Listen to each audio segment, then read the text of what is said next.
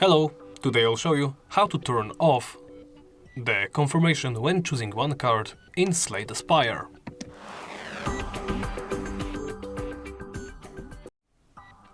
When playing the game, you may be presented with an option to discard the card, or simply choose multiple cards. But when choosing one, you will still be prompted with a query if you want to select those cards. To disable this for the this confirmation for single cards, first open Settings, then go into Game Settings, and under Preferences, check the box next to Disable confirmation when choosing one card. Then hit Return and back, and you are ready to play. Thank you for watching, and please remember to like, comment and subscribe.